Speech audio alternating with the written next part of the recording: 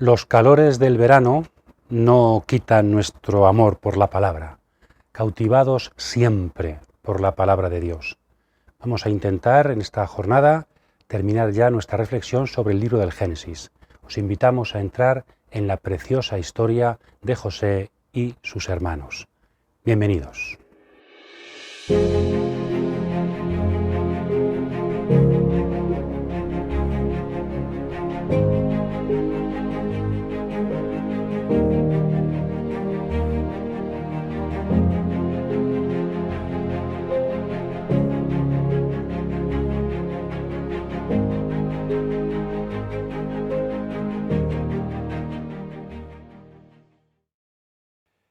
Os invitamos, por tanto, a entrar en el relato de la historia de José y sus hermanos. Es la última sección del libro del Génesis. En ese sentido, ya decíamos la semana pasada, hay 3 grandes patriarcas y después tendríamos la historia de las 12 tribus de Israel, descendientes de los 3 patriarcas. Pero en estas 12 tribus, 12 hermanos, hay un hermano que sobresale por encima de todo y es José. La historia de José y sus hermanos. Por otra parte, estos capítulos finales, Génesis 37 al 50, sirven de nexo histórico y literario entre la época patriarcal y el futuro éxodo de Egipto, porque nos explican cómo es que un grupo de patriarcas acabó con sus descendientes siendo esclavos en Egipto.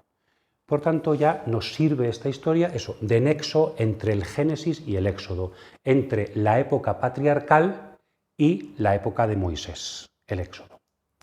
Y hay 2 características muy importantes que los autores, los que investigan esta historia, suelen subrayar e insistir. Una de orden literario y otra característica de orden teológico.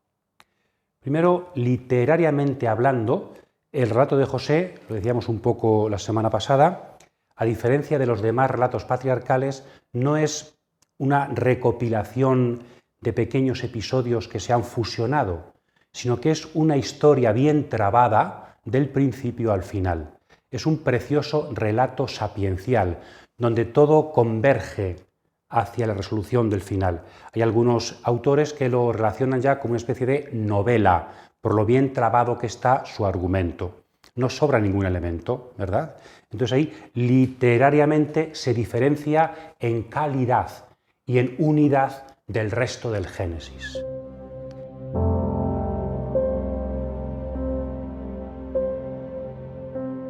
Y en segundo lugar también aparece una gran diferencia teológica.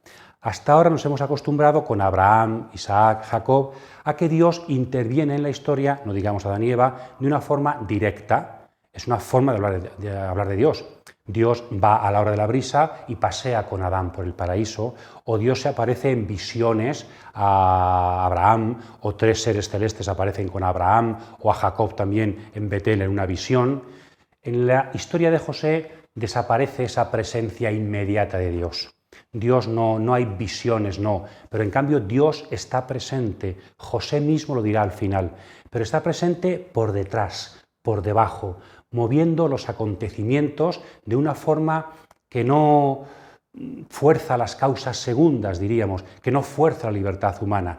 Dios no es un personaje más de esta historia, sino que a través de los personajes de esta historia, Él va sabiendo tejer unos hilos para reconducir todo hacia el bien. Es lo que podríamos llamar la providencia divina. En ese sentido, este relato es muy moderno, no solamente literariamente hablando, sino teológicamente hablando, porque efectivamente Dios, el Dios del Nuevo Testamento, el Dios cristiano, no es un Dios que aparezca moviendo la historia sobre todo por grandes acontecimientos y porque intervenga de una forma, sino que Él sabe estar por debajo para, sin forzar nada, a través de las personas que confían en Él, incluso a través de los males, sabe reconducir todo hacia los bienes. En esto me recuerda mucho a esa saga que es tan cristiana, es El Señor de los Anillos. Nunca jamás aparece en Tolkien el nombre de Dios. En cambio, el gran tema de fondo es Dios interviniendo, la providencia, para que al final el bien triunfe sobre el mal. Esta es la historia de Jacob. Cuando José tenía 17 años, siendo un muchacho todavía, estaba de pastor de ovejas con sus hermanos, con los hijos de Bilhá y Zilpá, mujeres de su padre. José comunicó a su padre lo mal que se hablaba de ellos. Israel amaba a José más que a todos sus demás hijos, por ser para él el hijo de la ancianidad. Le había hecho una túnica de manga larga. Al darse cuenta sus hermanos que su padre le prefería a todos sus otros hijos, llegaron a aborrecerle, hasta el punto de no poder ni siquiera saludarle. José tuvo un sueño y se lo contó a sus hermanos, quienes les odiaron más aún.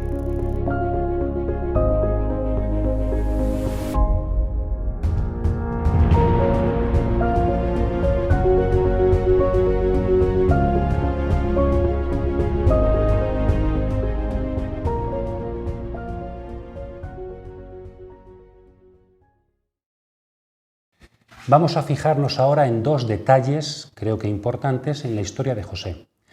El primero es el tema del vestido, que aparece como de una forma concéntrica, quiástica que llaman. Lo vamos a ver. Al principio, el padre, Jacob, le hace una túnica de mangas anchas como signo de preferencia. José revestido de dignidad frente a sus hermanos, lo cual provoca la envidia de los hermanos. Después José es desnudado por los hermanos, le quitan la túnica famosa para, llena de sangre, presentarla a su padre como que ha muerto. José desnudado. Después, cuando está en Egipto, también la mujer de Putifar intenta seducir a José. Él no quiere, pero se queda con sus vestidos y él sale corriendo. Otra vez la desnudez de José. También con un intento por parte de los demás de hacerle el mal, intento de matarle y venderle, desnudado por sus hermanos, desnudado por la mujer de Putifar, pero él en ambos casos actúa como el justo. Y al final el faraón lo reviste con los trajes del visir. Por tanto, termina como comenzó, ¿verdad? El padre lo reviste con dignidad, el faraón lo reviste con dignidad. En el centro, la desnudez de los hermanos y de la mujer que intentan hacerle el mal. Por tanto, el tema del vestido podría ser como una especie de subtrama, un argumento donde aparece la inocencia de José, que de ser digno pasa a ser digno, pero a través de la prueba en la que él se le hace el mal, pero se mantiene justo frente a los demás. Luego también el rasgarse las vestiduras es también parte de este como signo de penitencia y signo de dolor en este relato. Y también al final José da vestidos a sus hermanos, sobre todo a Benjamín, como signo de preferencia.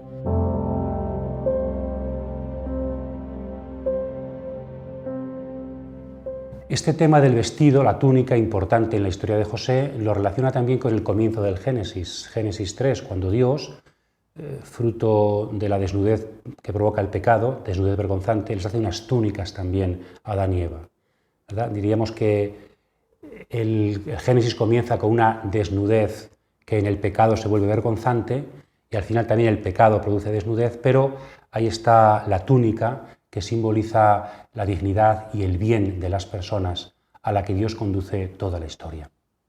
Junto al tema del vestido es también importante, me parece a mí, el tema de los sueños, ¿no? Los sueños de José, que luego se ha retomado en el Nuevo Testamento por otro José, José, el marido de María, de Nazaret, y también en Egipto. José, gracias a los sueños, va interpretando lo que va a suceder en el futuro, ¿verdad? Tiene 3 parejas de sueños, 2 sueños al principio, 2 sueños en la cárcel, 2 sueños después. Entonces, estos sueños al principio son un problema para él, porque él ve como que él va a ser más importante que sus hermanos. Claro, eso provoca hasta le regaña a su propio padre, ¿no? Eso de que él va a estar por encima de los demás, como el sol, las estrellas que en torno a él se postran. Pero luego resulta que ese sueño, que parece un poco, se va a cumplir, porque al final, cuando sea visir de Egipto, sus hermanos van a postrarse ante él sin saber quién es. O sea, irónicamente, los sueños de José al principio se van a cumplir.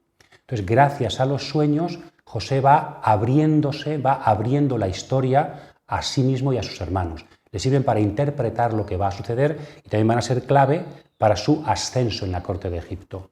Y ya al final del relato, José, sin sueños, ya no interpreta el futuro de parte de Dios, sino que en diálogo con sus hermanos interpreta el pasado. Todo lo que ha sucedido ha estado movido por Dios para sacar de los males bienes. Quien me trajo a Egipto no habéis sido vosotros, vendiéndome, sino que debajo ha estado Dios, que me ha traído para salvar a Egipto y salvar también a mi pueblo del hambre que está pasando ahora en Canaán. tanto la importancia de los sueños como un medio de la providencia divina que habla a través de sus profetas. José sería un preprofeta que está interpretando la providencia de Dios en el corazón de la historia. Ya no pudo José contenerse delante de todos los que en pie le asistían, y exclamó: «Echad a todo el mundo de mi lado». Y no quedó nadie con él mientras se daba a conocer José a sus hermanos. José se echó a llorar a gritos, hasta el punto de que lo oyeron los egipcios y hasta la casa del faraón. José dijo a sus hermanos: «Yo soy José. ¿Vive aún mi padre?». Sus hermanos no pudieron contestarle, porque se habían quedado atónitos ante él. José dijo a sus hermanos: «Vamos, acercaos a mí». Se acercaron y él continuó: «Yo soy vuestro hermano José, a quien vendisteis a los egipcios. Ahora bien, no os pese ni os dé enojo haberme vendido acá, pues para salvar vidas me envió Dios delante de vosotros».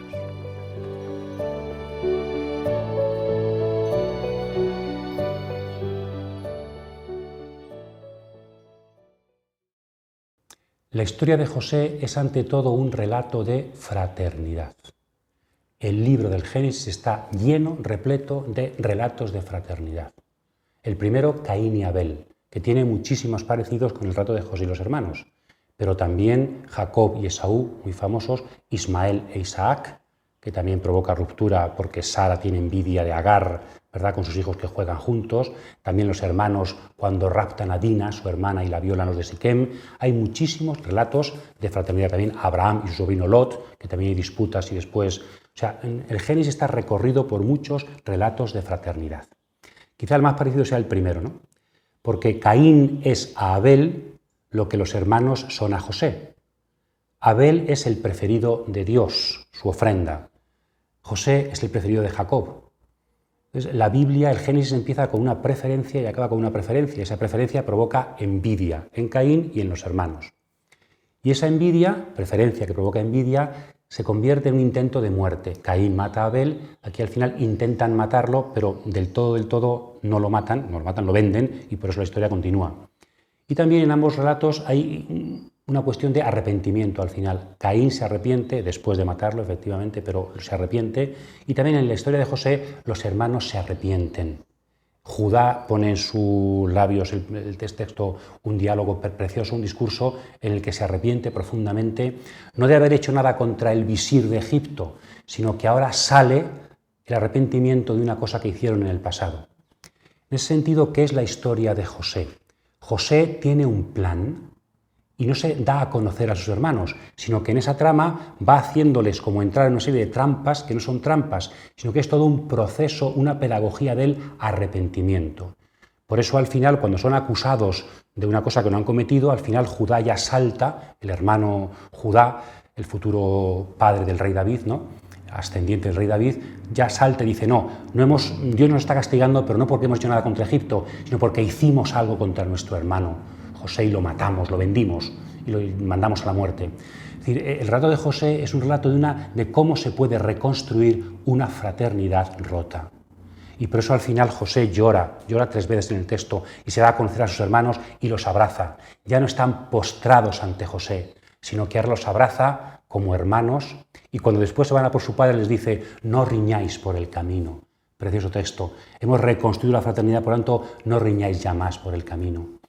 Es decir, el texto del Génesis, que comenzó con una fraternidad rota y sin solución porque Abel murió, termina con una fraternidad rota, pero que se puede recomponer.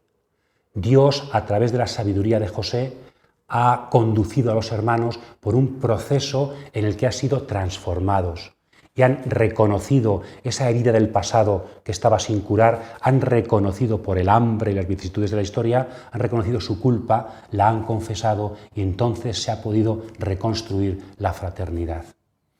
Estamos llamados, yo creo que en la historia del mundo en que vivimos y también de la Iglesia en que estamos sumergidos, hay muchas fraternidades rotas, muchas relaciones. Pues la cuestión es que no seamos Caín, sino José y sus hermanos. Dejemos que también José inicie en nosotros, de parte de Dios, un proceso. A veces las dificultades de la vida, las hambres, tener que ir a pedir, que nos acusen de forma a lo mejor errónea, que no es sino una pedagogía para que saquemos ese pecado profundo que tenemos que confesar, del que tenemos que arrepentirnos para que sea posible la fraternidad. Una fraternidad, al final Benjamín también es preferido de José, una fraternidad que siempre pasa por reconocer que otro, ¿por qué no?, puede ser el preferido. Lo decíamos con Caín y Abel, ¿verdad? Reconocer que la gente quiere a mi hermano es fundamental para la fraternidad. Cuando yo tengo que ser siempre el único, es imposible la fraternidad. La fraternidad solamente se reconstruye cuando aceptamos las preferencias que otro tiene, los dones que uno ha recibido, se llame José, se llame Benjamín o se llame Abel. Por tanto, la historia de José es una llamada actual a que aprendamos a reconstruir nuestras relaciones rotas.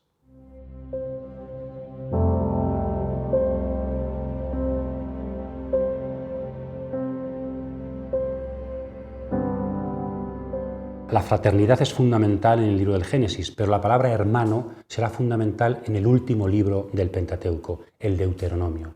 Deuteronomio no es una ley apodíctica solo, sino que es una invitación a comportarnos como hermanos dentro del pueblo elegido, la ley de la fraternidad. El Pentateuco ha empezado con textos, relatos de fraternidad que se reconstruye y acaba con unas leyes que intentan construir una fraternidad en el pueblo elegido. Y en el Nuevo Testamento será clave también la idea de fraternidad. Los cristianos se sienten hermanos, hijos de un solo Padre, y por eso su oración común es siempre Padre nuestro. Fueron entonces sus hermanos personalmente, y cayendo delante de él, dijeron: «Aquí nos tienes, somos tus esclavos». Les contestó José: «No temáis, ¿ocupo yo acaso el puesto de Dios? Aunque vosotros pensasteis hacerme daño, Dios lo pensó para bien, para hacer sobrevivir, como hoy ocurre, a un pueblo numeroso. Así que no temáis, yo os mantendré a vosotros y a vuestros pequeñuelos». Y los consoló y les habló con afecto.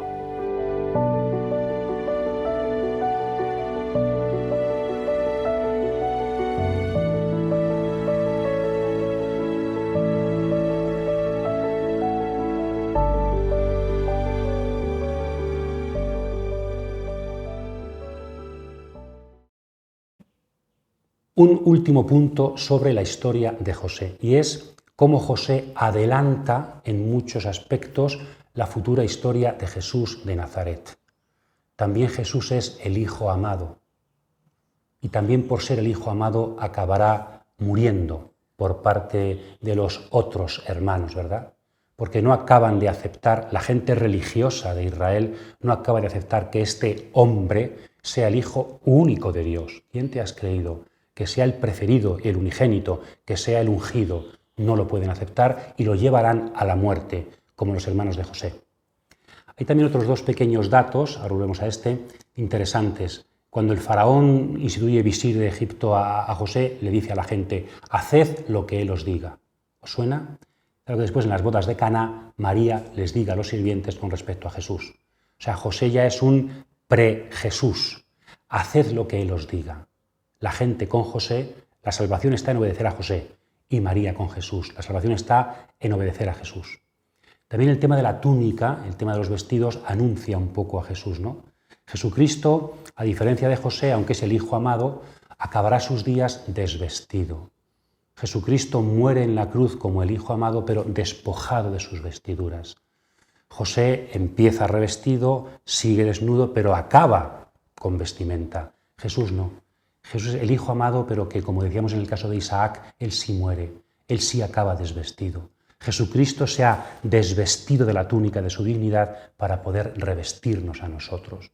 El inmortal ha querido morir para que nosotros seamos inmortales.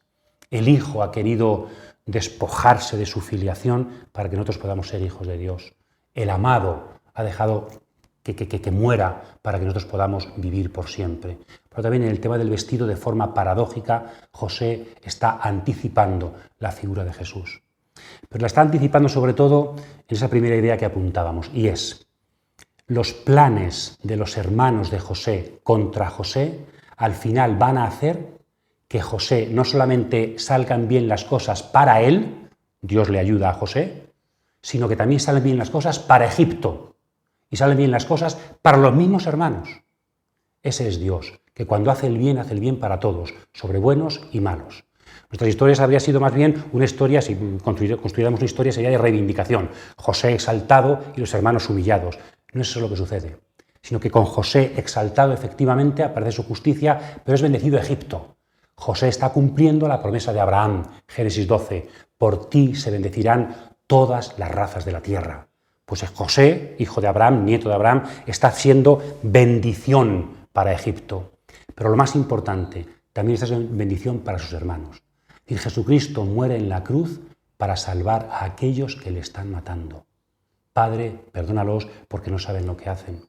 En Jesucristo, de forma definitiva, vemos que Dios sabe sacar de los males bienes. Ha reconducido la historia para que incluso aquellos que han llevado a la muerte al Hijo amado, gracias a ese mal que han hecho, porque Dios interviene, se convierte en bien para ellos. ¿Cómo puede Dios salvar a los culpables? ¿Cómo puede Dios salvar a los culpables incluso a través de su obra de maldad? Esta es la historia de José que adelanta la preciosa y definitiva historia de Jesús. De esta forma también nosotros podremos ser revestidos como José. Jesucristo se ha desvestido para que nosotros nos revistamos con la dignidad de los hijos de Dios.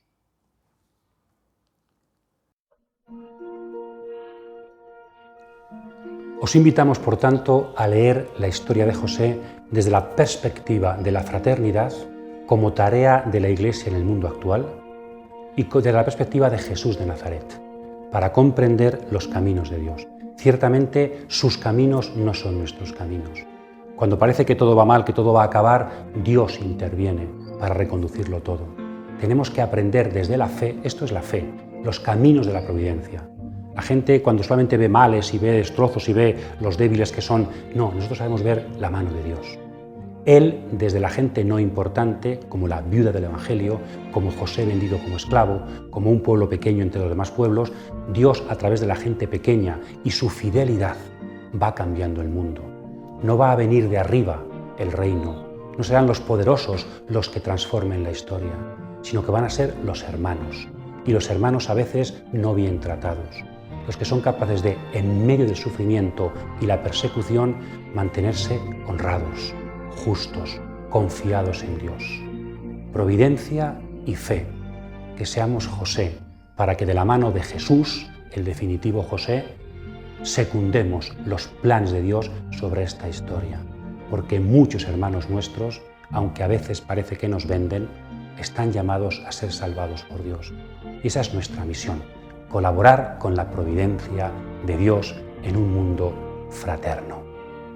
Cautivados por la palabra. Feliz semana a todos y hoy un pequeño aviso. Hemos acabado el Génesis y por tanto vamos a estar unas semanas, un mes y pico, un poquito de descanso. ¿De acuerdo? Ya después, Dios mediante el curso próximo, si Dios lo permite, retomaremos estas reflexiones y seguramente empezaremos con el Evangelio. Hemos visto el Génesis y vimos el Apocalipsis, pasamos otra vez al Nuevo Testamento y comenzaremos seguramente con Marcos, que es el Evangelio que leeremos en el ciclo B a partir del próximo Adviento. Por tanto, feliz verano y Dios mediante nos vemos durante el curso.